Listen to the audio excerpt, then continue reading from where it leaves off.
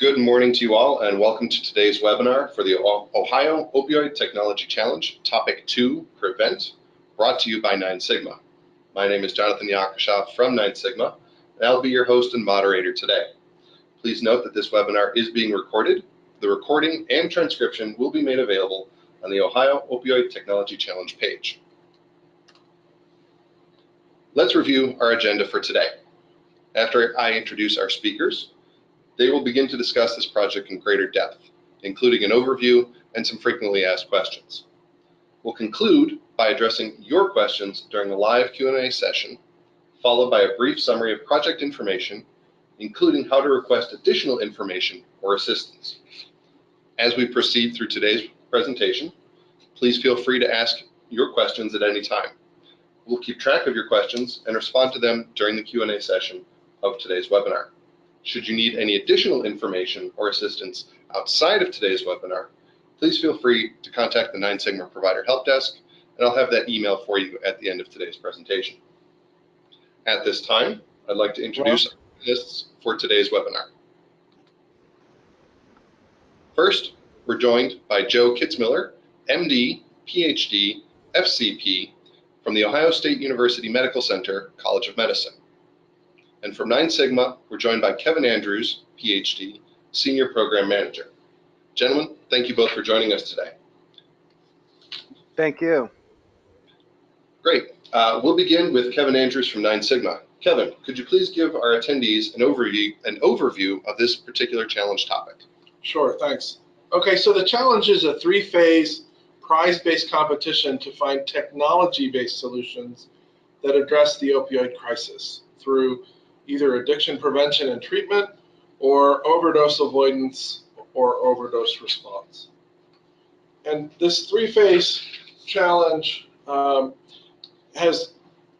in the second phase. The first phase was the idea phase. We're now in phase 2, the challenge phase. And this phase has up to 12 $200,000 prizes. The challenge phase winners will then be able to compete in phase 3, the product phase, with a submission due in July 2019, and there will be up to 4 $1 million prizes for those 12. Okay, so the Ohio Opioid Technology Challenge consists of 4 topics, broadly themed at diagnose, prevent, connect, and protect. The focus of today's webinar is topic 2, prevent. And with that, I present Dr. Joe Kitzmiller, who will provide context related to this topic. Hello, everybody. Can you hear me okay? Yes, Joe, please proceed. Great. Okay, so this is the Ohio Opioid Technology Challenge, Prevent. The goal, again, is to have technology solutions to include diagnostics, sensors, medical devices, pharmaceutics, and health informatics systems to reduce urges, cravings, or other symptoms of opioid withdrawal. I'm going to be presenting the current state of affairs regarding prescription pharmacologic treatment options. Also discuss some non-prescription options, as well as some non-pharmacologic treatment options. We're also going to discuss the potential role of pharmacogenomics of opioids, as well as of treatments to reduce urges, cravings, or symptoms of withdrawal. Also going to discuss and provide examples of some bioinformatics approaches, as well as some diagnostics. Next slide, please. So the current prescription pharmacologic treatment options include, of course, naloxone, the brand name Narcan, and as we all are likely aware, this is used for the treatment of overdose. So basically, opioid overdose occurs primarily because too much opioid is activating the mu receptors and the other opioid receptors to cause respiratory depression, meaning that a normal person has say 15 respirs per minute. As you increase the dose of opioid, that goes from 15 to 14, 12, likewise, till you get to about 6 respirs per minute. And at that point, the central nervous system no longer renews the breath. So that's not the exclusive reason for opioid death or opioid overdose death, but that is the primary mechanism of death. So again, Narcan and naloxone reverse that. Okay. Um, prescription pharmacologic treatments for cravings and urges. So buprenorphine as well as naltrexone. Those that combined is called Suboxone. That's one of the trade names, and this is used in many addiction clinics. Again, to treat cravings and urges to reduce that. Treatment for withdrawal symptoms. So when somebody's taking an opioid for a long period of time or regular use of opioid, as we mentioned, you start to have these issues such as CNS depression, respiratory depression. So when they automatically when they withdraw, the symptoms are opposite of that. So that's why they will have high blood pressure, high heart rate, a higher risk of seizure, as well as they often have a diarrhea because the opioid itself causes constipation. You may have seen the commercials for opioid-induced constipation. So it causes constipation. So when they withdraw, they have the opposite of constipation. They have diarrhea. So the pharmacologic treatments for withdrawal symptoms include the antidiarrheals, the antihypertensives, as well as anti-seizure medications. In addition, there are some prescription pharmacologic treatment options that are kind of considered, they're definitely for temporary use, and they're considered safer substitutes to some of the stronger opioids. These include methadone, which itself is still an opioid. It is still addictive, but it's a much less concentration or powerful. It's much less potent than opioids such as again, heroin, et cetera, or morphine. So there are still methadone clinics. And again, what they do is they have the patients come off of their strong narcotics and take methadone for, a couple of months, and they'll slowly wean down that dose. And again, the advantages there is at least the patient knows how much they're getting and they know that it's a pure drug. Um, Other temporary safer substitutes. So medical marijuana has been proposed as potentially safer and a way to help patients with opioid addiction at least come off their opioid. But let's go ahead and read this disclaimer here because we want to make it very clear that myself, Dr. Joe Kitzmiller, as well as NineSigma, we are not endorsing the use of medical marijuana. So let's read this. So peer-reviewed scientific articles and data support the efficacy of naloxone, methadone, and buprenorphine naltrexone. This type of data has not been reported for medical marijuana. Medical marijuana is not legal in many states. And it's important to note that federal law, so the US FDA and the DEA, have not recognized or approved medical marijuana. They just are at this point are choosing not to necessarily enforce that federal law, and that could change at any time. So again, neither NineSigma nor myself endorse the use of medical marijuana as a treatment option for opioid craving, urges, or withdrawal. Next slide, please.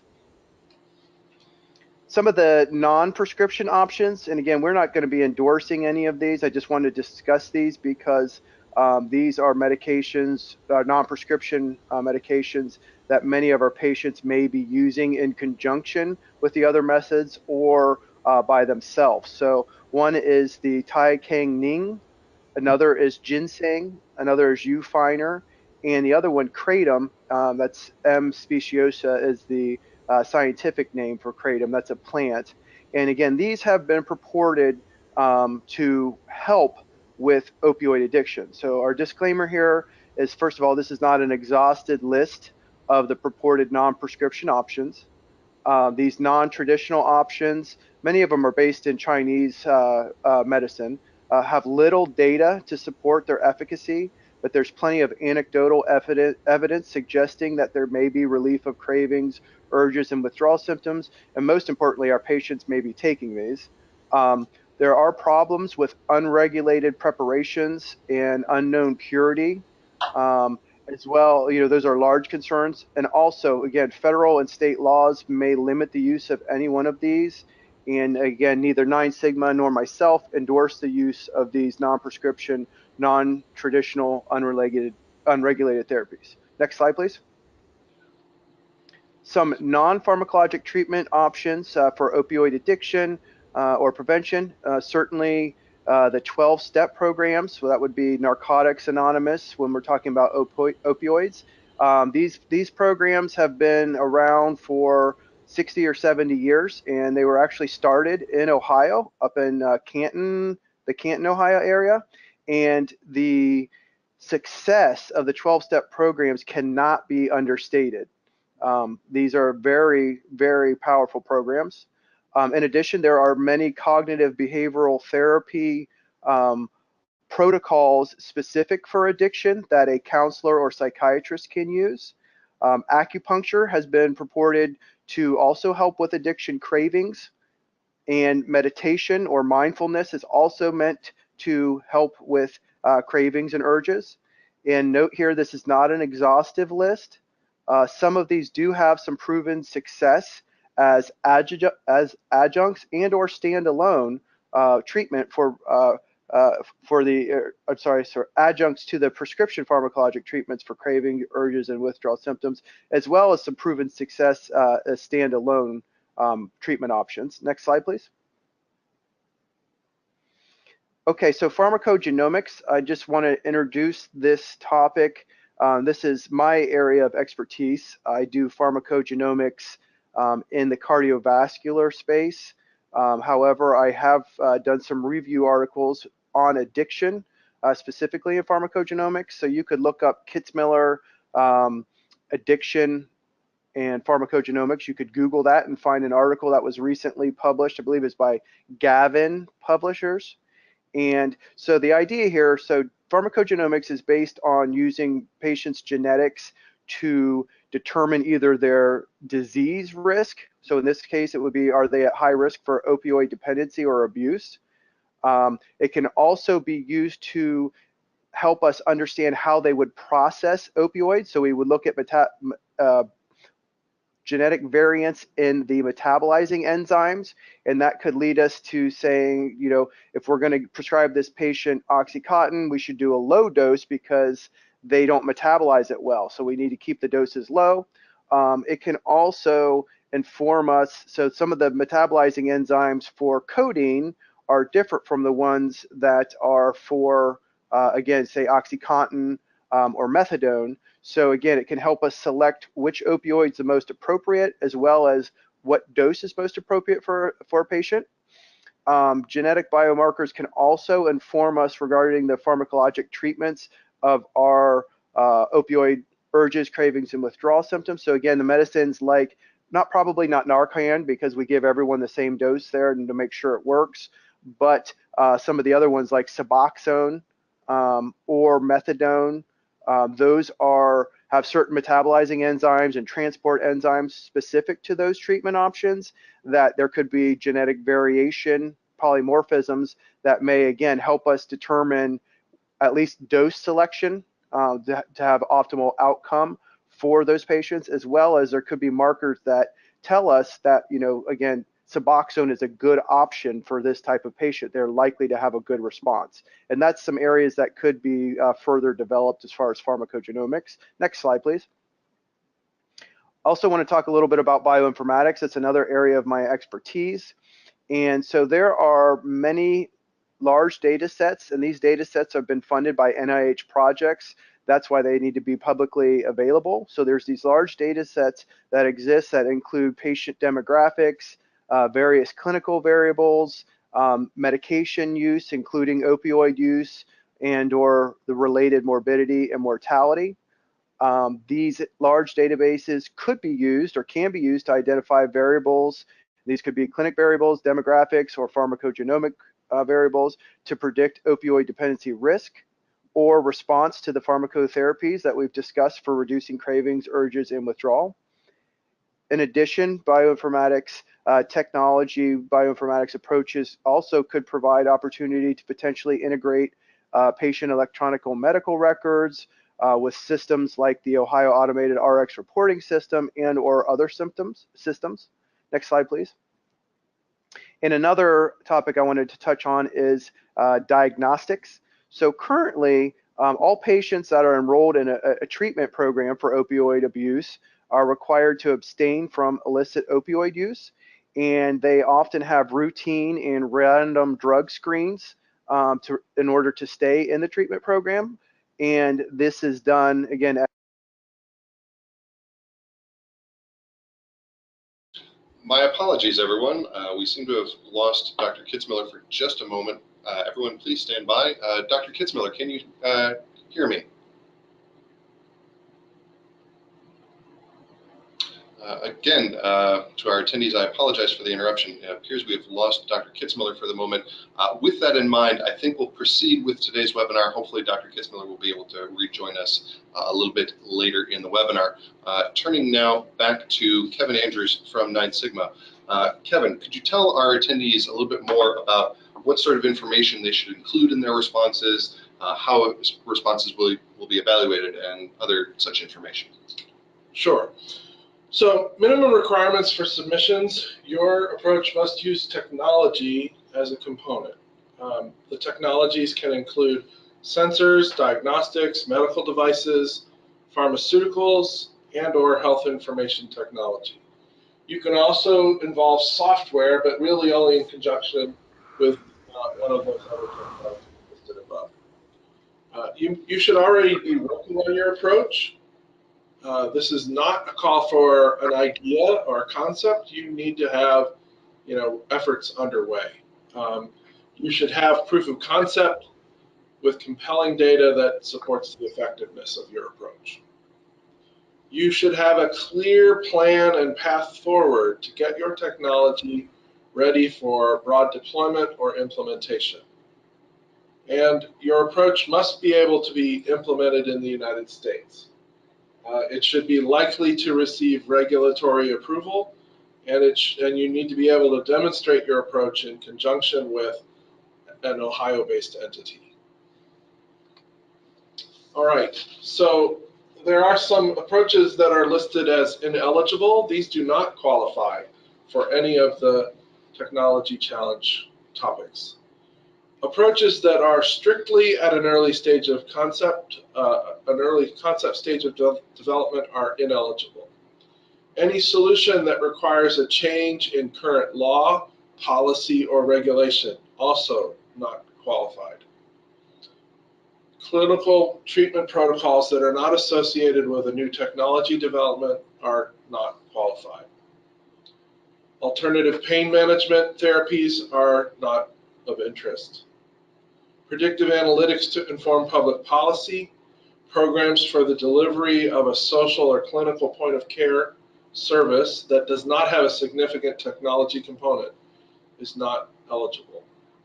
Education and public awareness programs and professional training programs are not eligible. So what are the general evaluation criteria that the evaluators will use to determine winners? You should consider how your approach aligns with the key attributes for the topic, which I'll get into momentarily. Your technology maturity and time to market. So for similar approaches, preference will be given to the approach that is more mature and or that has a shorter time to market. The potential for broad deployment or implementation, the size or scope of the audience impacted, the so-called market size, the robustness of your approach, and the effectiveness of your approach. Those are all evaluation criteria. In terms of this topic, topic 2, the key attributes are as follows. Your approach should reduce urges, cravings, or other symptoms of withdrawal. Your approach should offer lasting effects over time. Your approach should not pose other significant health risks. And your approach should preferably be in a later stage of development. In the case of a pharmaceutical, preferred is that it at least be in human clinical trials. And for a medical device, preferably you have received the 510(k) clearance. Okay. So what possible approaches might be considered? Approaches may include, but are not limited to, pharmaceuticals or medical devices that address addictive responses. What do you need in your proposal, your response submission?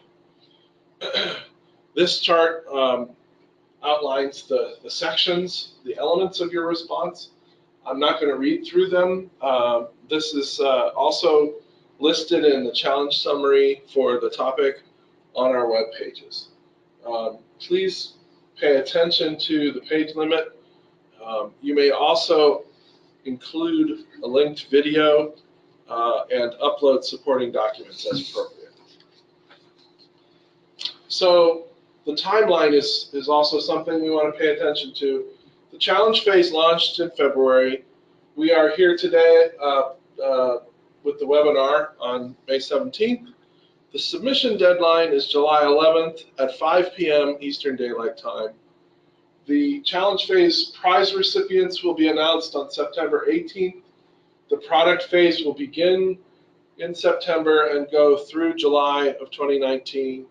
And the post-product phase, the post-challenge phase will commence after that and go into 2021. Great, thank you, Kevin. For our attendees, it's now time for the frequently asked questions. Now, these are questions that have already been asked via the NineSigma Provider Help Desk or are general questions about NineSigma projects. So we'll go through these questions one at a time. Our first question, Kevin, could you please explain what you mean when you say that an entrant must be registered to do business and be in good standing with the state of Ohio? Sure. So regarding registration, there is a website with the state of Ohio where there are forms that you can complete. A non-Ohio entity would choose Form 5030 if they're a for-profit entity, and Form 530B for nonprofit. The registration fee is $99 US. Okay. Our next question, when do I need to register to do business in Ohio? Prior to submitting a response or before accepting an award if I'm chosen to receive an award? You do not need to register to do business in Ohio in order to submit a challenge response. If your submission is selected as a winner, you would need to register to do business in Ohio before accepting the award. Okay, thank you. Our next question, who is eligible to compete for the product phase? Only winners of the challenge phase will be eligible to compete in the product phase. Okay. Do I have to fill in each section of the online response form, or can I prepare my submission as an attached document? You can do either. We ask that you please pay attention to the list of elements required, that slide, how to submit elements of your response. Please adhere to the page limits and remember that you are allowed to upload supporting documents. What will be required of challenge phase winners to be able to compete for product phase awards? Challenge phase winners are going to be required to execute a non-disclosure agreement with NineSigma and submit a more detailed plan that explains tasks, timeline, and deliverables. The plan that you plan to follow to continue development of your technology for deployment or commercialization. You're also going to need to explain how you're going to involve an Ohio in-state entity in your effort. Then, during the period from approximately October 2018 to July 2019, you will work against that plan. Okay. All right, our next, and I believe our final question, what will be required of product phase winners after they accept their award?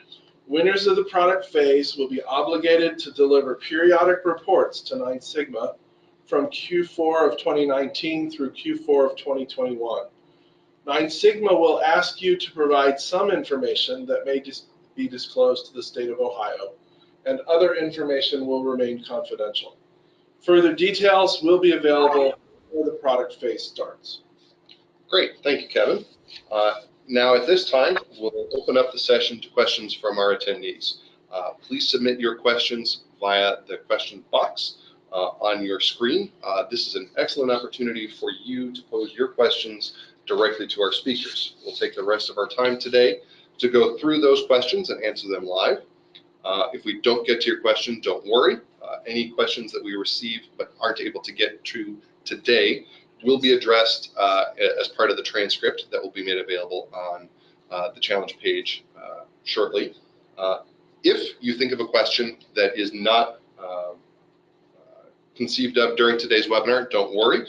We'll have some additional information for you in upcoming slides for where you can pose that question to us, and we will do our best to get you the information that you're seeking.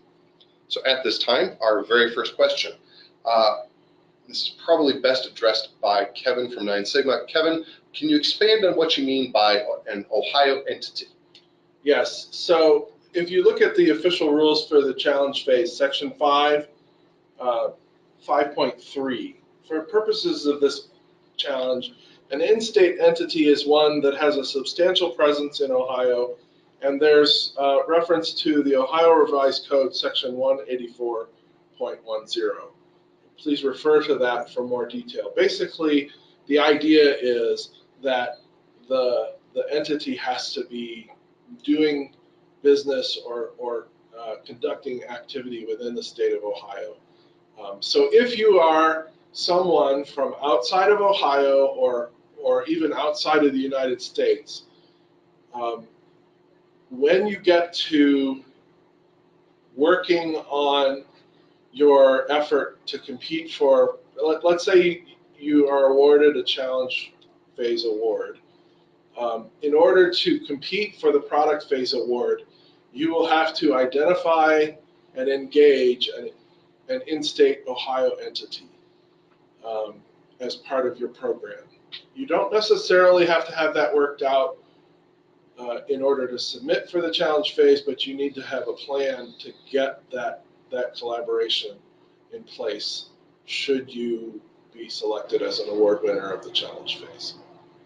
Okay, great. Our next question, would a technology that prevents addiction in the first place be of interest? I guess strictly speaking, that might not be in scope. On the other hand, if you're saying that you have an approach that eliminates symptoms of withdrawal because they don't exist, maybe that would be considered. Okay. And I think this next question kind of builds a little bit off of what you were just saying, Kevin. Would a technology that could detect early indicators of withdrawal symptoms be of interest? So in the sense that that technology could be used as a cue to maybe administer or indicate that some other substance or protocol being started. So for example, some kind of wearable technology that might indicate the onset of withdrawal symptoms.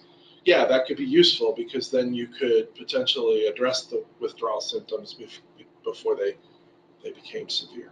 Okay. Our next question, is there a target duration? I think what the question here is trying to get at is there a minimum amount of time that a solution should address those withdrawal symptoms? Dr. Kitzmiller, can you provide some context for duration, maybe in the context of time between doses of medically assisted treatment? Sure. So pharmacologic treatment, so Suboxone, again, that is a commonly used pharmacologic treatment for cravings and urges. And I believe Suboxone can be prescribed daily or twice as a twice daily medication. And we talked about substitute, again, the Methadone clinics. Methadone is typically dosed, I believe, twice a day, although there may be a single once-a-day formulation. Does that answer the question? Is that what you're asking, sir? Yeah, I think so. So I think what people are trying to understand is how what's reasonable for how long, whatever this technology-based solution uh, is to address withdrawal symptoms. What's Oh, okay. I think I understand. So withdrawal symptoms, opioid withdrawal is typically confined within a week. Obviously, the symptoms are most I shouldn't say prevalent, but the strongest, probably I would say typically about 6 to 12 hours to 24 hours after the last opioid use. That's when the withdrawal symptoms really kick in. And the withdrawal symptoms are very dangerous. I covered some of the more basic ones, such as, again, high blood pressure because, the heart rate and heart pressure are going up, as well as the diarrhea, which is typically pretty severe. But most importantly, I think, is that third one, which is the seizures. Okay, so both alcohol and opioid are some of the only the only drugs of abuse that withdrawal can lead to seizure, which can be life-threatening. And again, that's typically confined within a week. I think we say that the seizure risk is about up to 72 hours, but we've seen seizure beyond that. But I would say confined within a week. Does that answer your question? Yes. Okay.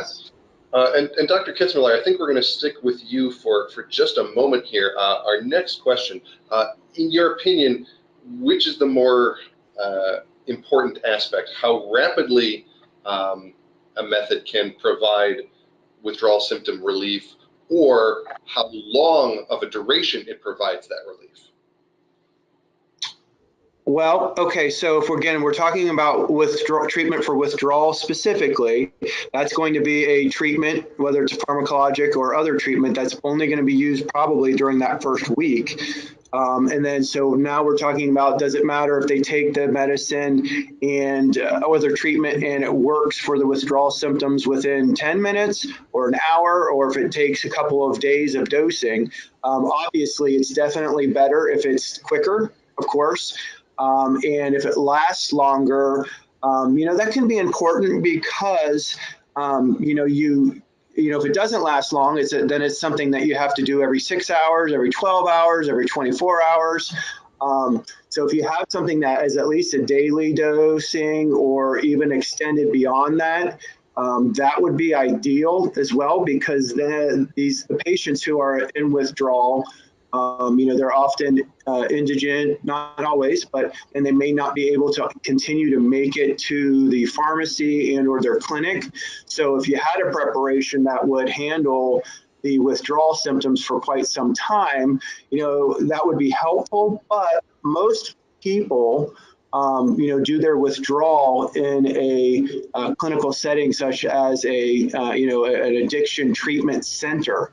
So in that respect, it's not terribly important because they can get, the treatment as needed. However, for our folks that are, withdrawal in prison or, at home, there could certainly be some advantages to having a treatment that lasts longer. So both are important. I think most important may be how quick it can help with withdrawal.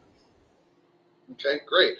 And I think our next question, Dr. Kitzmiller, is probably best again addressed by you. In your opinion, would it be more effective if a technology or approach could completely address one single withdrawal symptom, or would it be better if an approach could partially address multiple different withdrawal symptoms? There's certainly advantages to a treatment that can treat multiple withdrawal symptoms. That would certainly be a very worthwhile product. There's definitely some challenges to that, but yeah, that would be wonderful. But it is important that it's effective. That's probably the most important thing, that it's effective in treating the withdrawal symptoms. Even if it's only one, it needs to be, effective. And again, there's also a hierarchy when we talk about what's important here with withdrawal, with the number one being definitely the seizure control and the hypertension control, because those can be life-threatening. Other things where, my skin is crawling or diarrhea, those are very unfortunate, but they're not as life-threatening and as important as the two former ones I mentioned. Great, thank you, Dr. Kitzmiller. Our next question, would a technology that could proactively dispense compounds to combat withdrawal symptoms be of interest? Kevin? Dr. Yes. Yes, it would be. Okay, great. Thank you for that very succinct answer, Dr. Kitzmiller. Okay, our next question, and actually before I get to our next question, I just want to reiterate to our attendees today, if you have a question for either of our speakers, please feel free to submit it. This is a great opportunity for you to get feedback to your questions very, very promptly. Like I said, if you think of a question outside of the webinar, please don't worry about it. In our next slide, I'll have some information about how you can get information that you're seeking. Our next question, would an analgesic compound that has a lower addictive potential also be of interest? So this is Kevin. So from the prospect of medical treatment, it's probably of interest. However, in the context of this particular challenge topic, I believe it's not in scope. And I could add to that yeah, really, it would have to be combined, and I think we've discussed this, it would have to be combined with some type of novel technology. Is that correct, Kevin? Yes. Okay. We're seeing a bit of a slowdown in the questions that are coming in. We've got, I think, one more to go through. After this next question, after our speakers address it, we'll wait just a moment or two to see if we have any additional questions. If there aren't, I'll proceed to close out today's webinar. With that in mind, proceeding to our next question, would a technology that makes use of existing genetic databases to make predictions regarding the addictive potential of a pharmacological chemical be of interest? Dr. Kitzmiller, maybe this one would be best addressed by you. Yeah, so I think, again, if you have a bioinformatics technology, so that may be some type of computer program or something whereby you're going to access these large databases on an ongoing basis, so that as the databases either add themselves or other ones are added in, and you have a way to continually check to look at these data sets and look at the clinical variables, the genetic variables, as well as opioid use and abuse, as well as use of our pharmacologic treatments for urges, cravings, and withdrawal, and also have some kind of clinical outcome measures. If you had a technology that could incorporate that type of stuff and provide information back to, not the community, but the opioid prevention scientific community, I would think that would be very important, but Kevin, you might want to clarify. Thanks. Yeah, I think while it might be interesting, the focus of this challenge, of course, is to find technologies that help patients directly. So I think one would have to think a little bit about how to use this knowledge to affect, treatment of individuals. Okay. Gentlemen, thank you both for that answer. At the moment, it looks like we don't have any further questions coming in. So with that in mind, I will proceed to our next slide and kind of wrap things up. So to our attendees, what can you do today? First and foremost, obviously, you can visit the challenge page. The URL for the challenge page is right there on your screen right now. It's ninesites.ninesigma.com/web/topic2, and that will take you to this particular topic page, so you can learn more about the challenge, what's in scope and what's not, and you can also access the response form while you're there. Additionally, while you're on NineSites, you can subscribe to receive updates for the project, view FAQ documents. You can also join the community. Now, as I mentioned previously, if you have questions outside of today's webinar and you want to get information about this particular topic or the Ohio Opioid Technology Challenge more broadly, you can reach out to the NineSigma Solution Provider Help Desk, and there's two ways to go about doing that. First, you can obviously reach us via email. It's grandchallenge@ninesigma.com. That email address, once again, is grandchallenge@ninesigma.com. Alternatively, you can reach us by phone at 216-283-3914.